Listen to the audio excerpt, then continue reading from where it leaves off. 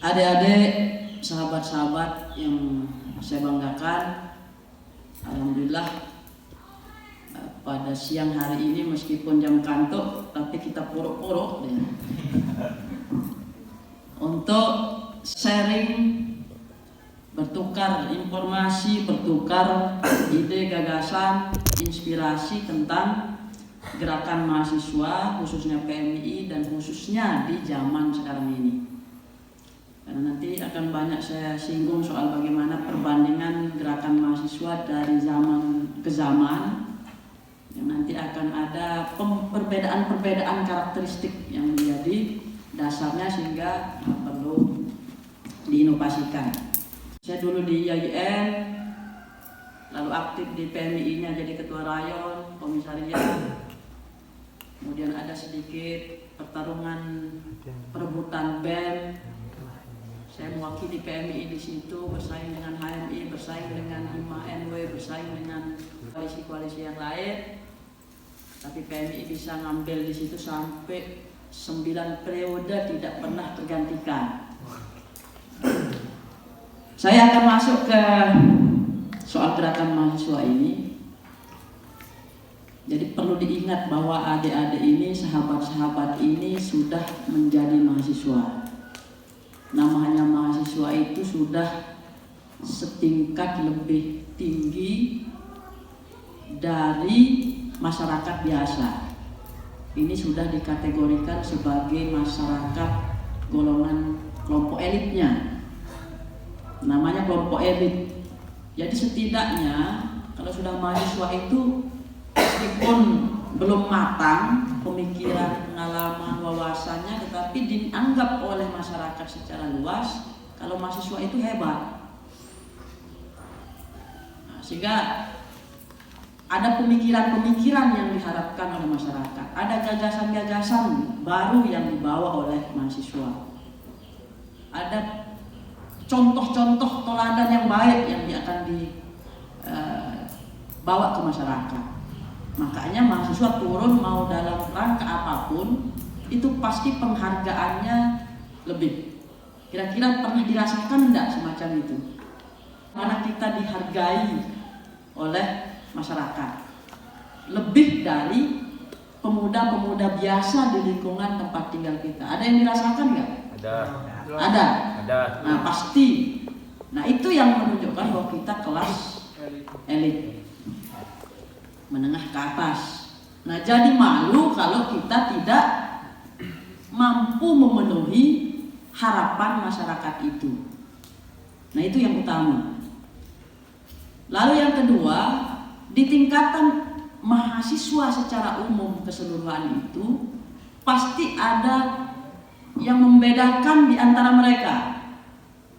Nah membedakan itu nanti ada mahasiswa yang cenderung kuliah, fokus di kuliahnya, ada yang aktif dalam kegiatan-kegiatan kemahasiswaan. Nah, kegiatan kemahasiswaan ini bisa di internal kampus, bisa BEM, bisa HMJ, bisa apa namanya di situ, atau bisa di organisasi ekstra PMI. Nah, di situ lagi di tengah-tengah masyarakat elit ini, komunitas elit ini, akan ada yang lebih dihargai lagi sebagai komunitas yang lebih elit lagi. Karena faktor pertama bisa karena wawasan dia, bisa karena kepintaran dia, IQ dia, bisa karena pengalaman yang muncul, ide-idenya, gagasannya di kalangan mereka, bisa juga karena inspirasi yang diberikannya. Pasti ada penilaian di antara kalangan mahasiswa secara umum ini akan menganggap ada mahasiswa-mahasiswa yang punya kelebihan. Nah, posisi sahabat-sahabat ini di mana?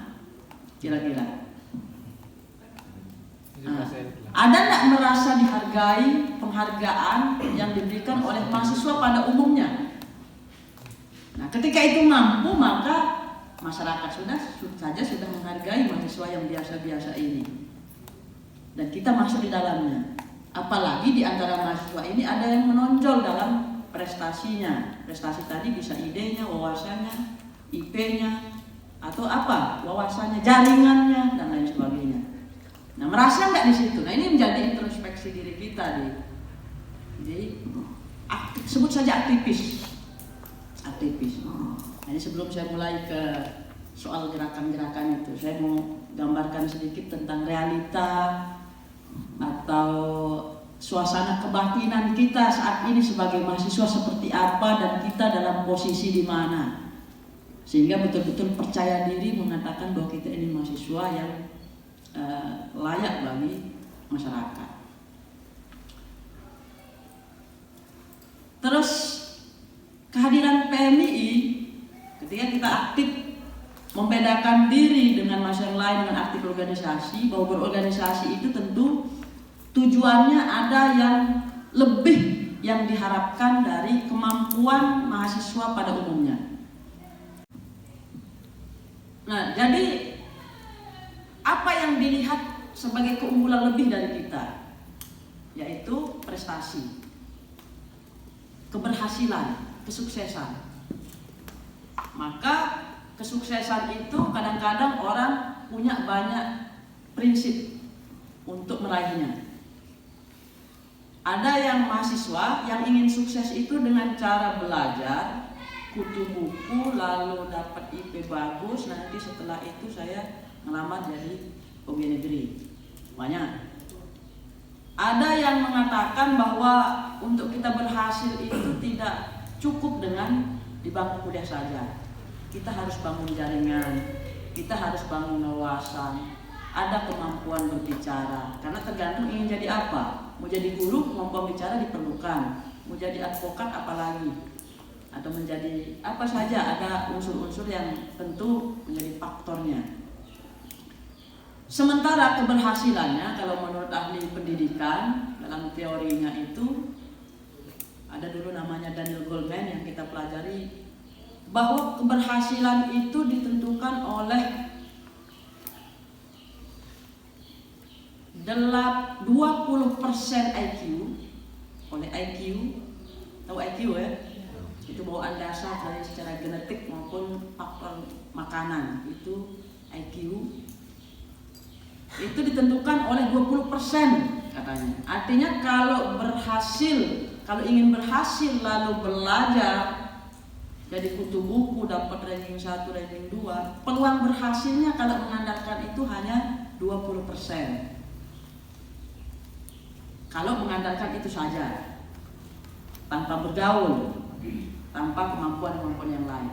Lalu yang sisanya yang 80% yang mana? Ada 60%-nya adalah emotional quotient katanya.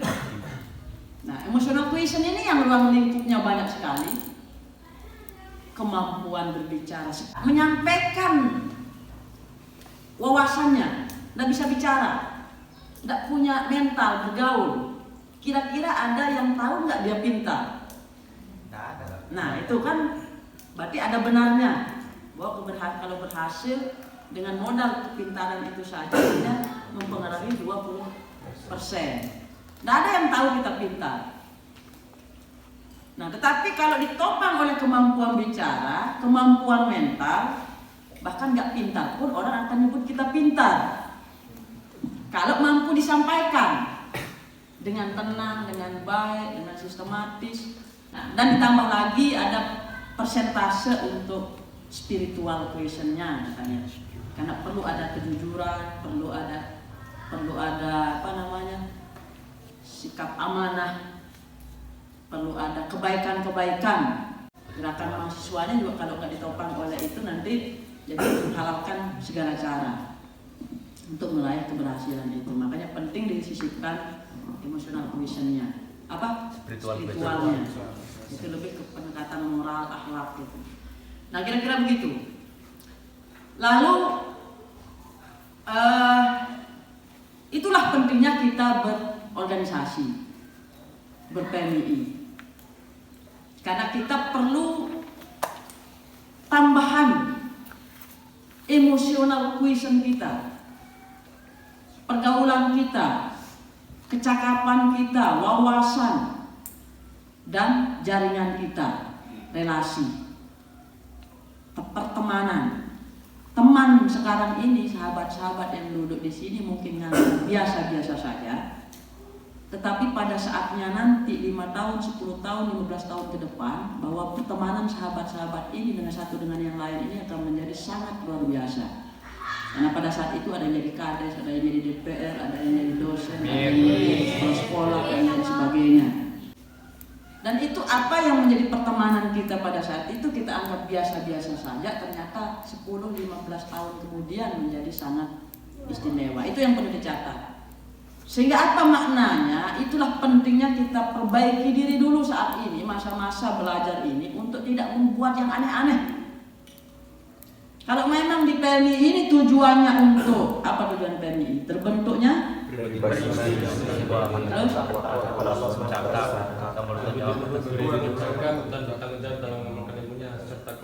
berpegang pada itu saja.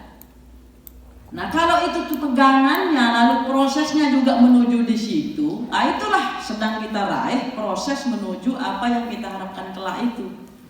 Akan ada kecakapan di sana, tanggung jawab di sana, berbudi luhur di sana, yang kemudian membawa kita kepada keberhasilan itu. Karena emotional quotient yang tadi kita sebut itu ada di situ dia. Kalau mau berwawasan ya tentu sering diskusi, sering tukar pikiran. Jangan saling intrik terus urusan perebutan ketua rayon, ketua komisariat, ketua cabang. Bukan di situ. Karena ketua cabang, ketua rayon itu hanya satu, kader banyak, tidak harus diperebutkan. Dan untuk menjadi hebat itu tidak harus menjadi ketua umum, karena cuma satu. Di mana posisi satu itu situ yang perlu dimaksimalkan peran-peran itu. Kalau memang ketua bidang satu untuk memfasilitasi diskusi, sesering mungkin adakan diskusi-diskusi itu. Eksternal katanya luar, eksternal itu tidak hanya kerjaan demo. Demo adalah bagian dari programnya, tetapi gerakan dasarnya dari program dasar dari eksternal itu bagaimana berjejaring. Dengan berjejaring itu ada proses transfer wawasan di situ, pengetahuan, transfer ide, inspirasi dari bergaul. Jadi kalau kita pintar tapi tidak bergaul, tidak akan ada proses transformasi pengetahuan, itu nggak ada. Makanya cocok kalau hanya 20% penyumbangnya daripada keberhasilan itu.